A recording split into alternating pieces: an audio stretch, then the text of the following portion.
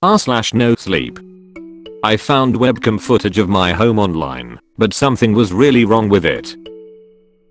I first heard about these webcam streams a few years ago while watching one of those creepy things on the internet videos on YouTube. The first one I heard of is probably one of the most popular ones, Chip-chan. Of course, having knowledge of this only sparked my curiosity, so I ended up doing a bit of googling until I managed to stumble upon a few webcam live streams.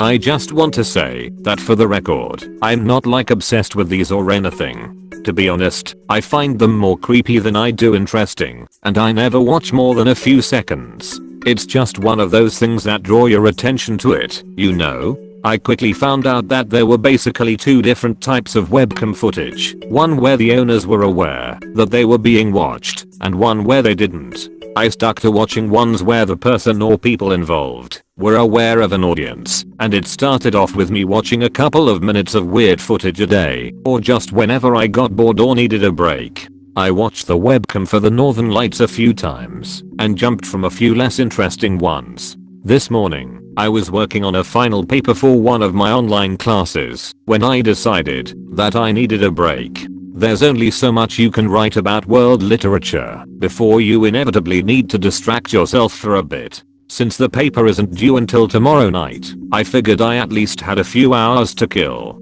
First, I started by browsing YouTube, but I found nothing that sparked my interest. So, I decided to hit the webcams next. I browsed through a few sites, clicking on a few, and exiting the feed in a matter of seconds. Like most things, I was starting to get tired of this. I needed a new pastime. I decided to skim through a couple more feeds until something further down the page caught my eye. This feed was titled 318's Oblivion, and the reason why it caught my eye was because of a painting that was visible off to the side of the screen. It was my painting. It was one of my own pieces, which was currently hanging in my bedroom. In fact, when I clicked on the feed, I realized that it was, in fact, my bedroom. I wasn't in it, of course.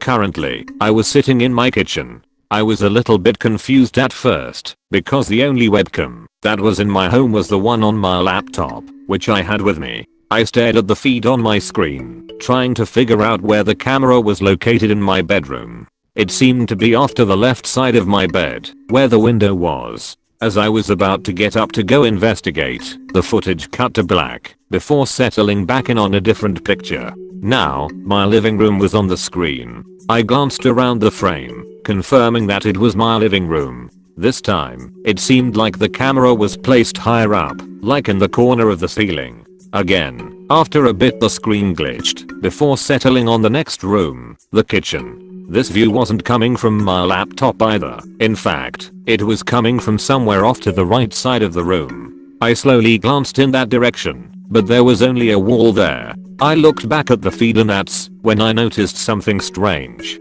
I was in this room, obviously, but the me on the screen wasn't doing the same thing that I was doing. In the footage, I was standing in front of the stove, stirring a pot of something. I studied the screen and noticed that I was even wearing different clothes. I kept glancing from my laptop to my kitchen. What was going on here? Was this some kind of prank? I scrolled down a bit to see the timestamp. Tuesday the 5th of July 2019, 1 hour, 23 minutes and 45 seconds PM. The screen changed room again, but I was too distracted. How was it possible that I was watching a webcam feed from the future? I refreshed the page a few times, but the time remained the same. Tomorrow at 1:23 PM. The last time I refreshed it, I saw the screen change to footage of the back door. I watched as 3 people dressed in black with ski masks over their faces opened the door and went into the house, each one of them waving to the camera as they broke into the house. The footage switched once again to me in the kitchen. I watched as the people came from behind me. One of them hit me in the head with something, while another moved the pan from the stove, and together, they shoved my face into the burner. I watched myself struggle as they appeared to laugh. Then, they pulled my face back. Due to the angle of the footage, I wasn't able to see the result of the burning, which I was glad for. I kept watching though, as they proceeded to take turns stabbing me on the screen. After a while, I fell limp and they let me collapse on the floor. I watched as one of them started to grab me by my arms, and the second one grabbed my legs, while the third one walked right up to the camera. I watched as he reached for something out of frame. He appeared to pull something out of his pocket. A notebook. He flipped through the pages, showing me the writing on each one. This was when I finally noticed that the feed had no volume. We know you watch. There's no way to stop. We are coming. Time to die. After the last one, the camera feed turned off. I grabbed some stuff to take with me, including some clothing, cash, and some snacks. I called an Uber, and I'm currently on my way to a motel. I'm going to leave my phone in this Uber, in case I'm being tracked or something. I'll try to buy another cheap phone for updates, but there's no guarantee on that. I don't want to spend all my money so fast. I'm not sure if running away will work, but I have to try. I don't want to die. There's something wrong with my daughter. There's something wrong with my daughter. Seriously wrong. I remember the day she was born. It was windy and raining, middle of the night and a full moon. I don't know if that has any significance, but maybe. She was perfect. Absolutely beautiful. I was a young mum and gave birth to her at 17. She changed my whole life. Looking at her perfect round blue eyes and tiny little fingers made me feel things I never thought possible. I really did love her. She didn't cry when she was born, just stayed serene and relaxed. I panicked at first, but the hospital staff assured me she was healthy and breathing. I couldn't believe my luck. A perfect quiet baby. I couldn't have been more wrong. I first noticed it when she was a week old. The fact that she hadn't cried once. She just cooed and gurgled, but no crying or screaming. It started to really freak me out. What if something was wrong with my perfect baby? But health visitors assured me she was fine, even calling her the happiest baby they'd ever seen. But I knew she wasn't happy. I can't explain it. I just knew. Whenever I picked her up or tried to cuddle her, I could feel any part of me that touched her tingle. It wasn't a pleasant tingle, more like pins and needles, painful and paralyzing. I stopped picking her up altogether pretty fast. I lived with my mum at the time. My daughter's dad was a teenager who had very little interest. As soon as I became pregnant, I felt so alone. My mum kept telling me I was doing a bad job, that I should be more loving, pick her up more, cuddle her, sing to her. I didn't even want to look at her. People did everything they could to make me feel like there was something wrong with me. Friends came over to meet her and couldn't understand why I didn't want to feed her or be close to her in any way. They all told me to go and get help, but they didn't understand.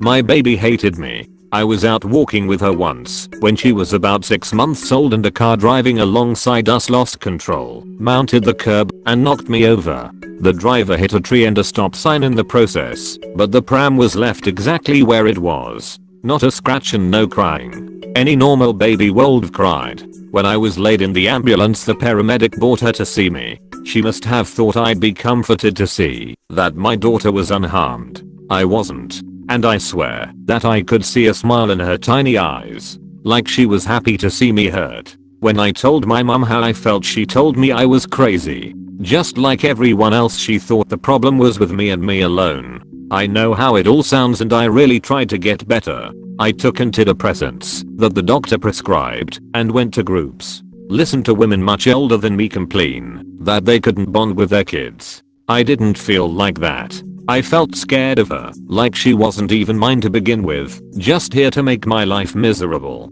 Then when she started walking and talking, she started young, about 18 months old. That's when other people started to notice what I had her whole life. The first bad incident was thankfully not with me. Her dad had decided to take a sudden interest in her life. I think this had been prompted by his mother, but I was grateful for the break and she went to stay at his for the night. It was bliss. My room without her in it felt lighter, like a real darkness had been lifted, and I could be myself again. I relaxed, watched a movie and ate snacks, until I got a phone call around 2 AM. Apparently he had made up her bed next to his and tried to play with her toys with her in the evening. She wasn't particularly interested, but he thought because she didn't know him well she was being shy. He told me that the only thing she wanted to do was watch the tropical fish tank in his lounge. So he let her camp out there for the night. He came downstairs for a drink about half an hour before calling me to discover our daughter using a pencil to stab through the fish and pull them out of the tank. As he caught her, she was about halfway through eating one, bones and all. When he tried to take the pencil off her, she stabbed him in the arm with it and bit his face. He had visible marks across his face. Considering she was so small and had only just cut her baby teeth, it should have been physically impossible for her to do so much damage. But she did it. And still my mum insisted it was my fault. Her behavior was due to my non-maternal nature, and she only acted out because I left her with a practical stranger. Now, acting out I'd accept, but what she had done wasn't typical of even severely abused kids. Even if I had emotionally neglected her, how did she not choke on the little fish bones? Why was she so violent? That incident seemed to flip a switch. The tears I had longed for when she was a baby came in full force. Tantrums that could start a tornado. She would trash the house, always when my mum was out. She knew how to make me look crazy. She smashed every photo frame, vase, and object that she could get her hands on, often attempting to hit me with them in the process. Her strength was remarkable. I swear my mum thought I did it. She hit me, pulled my hair, and told me she hated me every day. That hurts coming from someone who can't say much else. Come to think of it, I don't think I've ever once heard her say she loves me. I was at a complete loss. I took her to doctors and she behaved impeccable.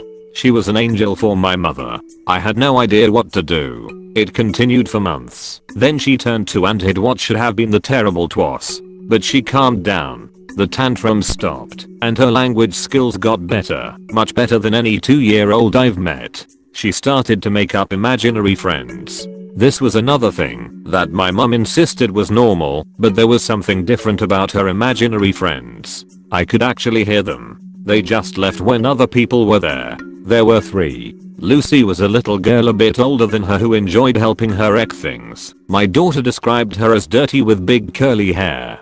Her voice was sweet and mischievous. She sounded like a normal little girl. I'd hear my daughter playing with Lucy in her room and generally feel safe. Kelly didn't make me feel half as safe. She was older. My daughter said she was old like Nana and wore a dark dress. I heard her for the first time while I was in the kitchen, and she was in the lounge. An older woman's voice telling my tiny daughter that she didn't need a mummy telling her what to do. I tried to answer the voice a few times, but she always ignored me. She spoke in a malicious whisper. Whenever Kelly was around, I was terrified. The third was by far the worst of all. His name was Elgar, and she said he was a monster with black eyes, spikes and a black hat. Elgar never spoke properly, just made a series of noises. My daughter was the most difficult to deal with when she was playing with Elgar. Her dad's fish tank wasn't the only time I found her eating things alive. When Elgar was around, I would often find her stuffing bugs into her mouth. Most disturbingly, a spider with eggs on its back that burst as she bit into it. There were tiny spiders everywhere. I'm not even ashamed to admit that I just left her and locked myself into the bathroom until it was quiet. Kelly managed to convince her to bite and stab me a few times. After 12 stitches, I had to put a lock on anything sharp. The imaginary friends started to make life completely impossible. I knew they wanted me gone. All of them. Even Lucy always wanted to cause trouble. I lived like it for an entire year. Genuinely scared for my life every hour I spent with my 2-year-old. When her 3rd birthday rolled around, I was at the end of my tether. I was exhausted, defeated and pretty destroyed. I was 20 years old and never pictured my life like that. My mum decided to throw her a party. My own mum pretty much hated me by this stage. She never saw what I saw. Her grandbaby was never anything but a perfect angel in her eyes. She tried so hard to parent her on my behalf, to give her everything she thought she deserved. It was windy, just like the day she was born. There were loads of kids from the local area running around the garden. My mum put a little pink bow in my daughter's hair. She looked kind of cute. For a monster anyway. I don't know what happened. Maybe Elgar came to the party. Maybe she's just evil. Either way, the party went badly. Another kid grabbed hold of a doll she was playing with and my daughter went mad. She smacked the little boy to the ground and bit him furiously. His parents were screaming at me, and my mum was shouting at them to control their child. Mum grabbed my daughter and tried to wrench her off the other child. He was covered in blood and bite marks by this stage. She attacked my mum, her grandma, so violently that she fell and hit her head on the concrete garden steps. My mum died that day, all because of that monster I spawned in my womb. When I told her Nana had gone to heaven, she told me that wasn't where I was going. When she hurt me bad enough that I stopped, it made me feel sick. And that brings me to tonight. It's been 6 weeks since my mother died, and there's nothing that stops her evil now. No one left visiting that she would bother to hide her nature in front of. Kelly's been really hammering in the kill her message for the last 3 days, and I've spent 2 of them locked in my bedroom, pissing in a bucket, to avoid my 3-year-old daughter. I'm desperate now. I have no one else to turn to, and I heard her tell Kelly today's the day earlier. Elga has been breathing heavily by the door for the last 2 hours. Oh god, she's just started knocking.